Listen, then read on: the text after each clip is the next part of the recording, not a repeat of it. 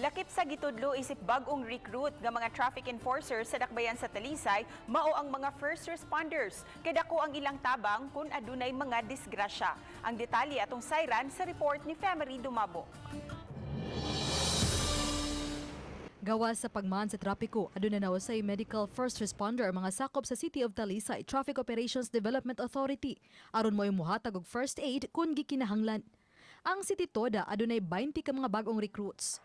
Pag-check o conscious or unconscious ba ang maong biktima unya human pag-aninaw lang og unsay problema, pero kung gikinahanglan kaayo gitrain sa ni sila og CPR unya gitrain sa ni sila og first aid. Gituyo kini ron maka-assess na sila sa sitwasyon sa area alang sa danili ang aksyon ug di na makatampo ang insidente sa paghuot pa sa trapiko. Unang niumol og grupo sa mga mekaniko ang City Toda aron pagtabang sa mga naaberya.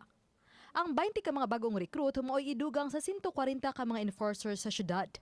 Mato di tumulak, aduna na unyay magman nga enforcer sa mga national highway bisan atul sa kagabhion.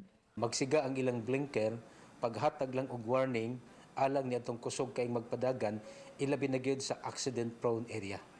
Ang mga enforcer gipanamduman usab sa mga basic traffic laws ug national laws. Gawas niini gipaubos usab sila sa physical ug mental test ug gisiguro nga di sila tigamitan sa ginadili nga drogas. Uba ni Jun Solon.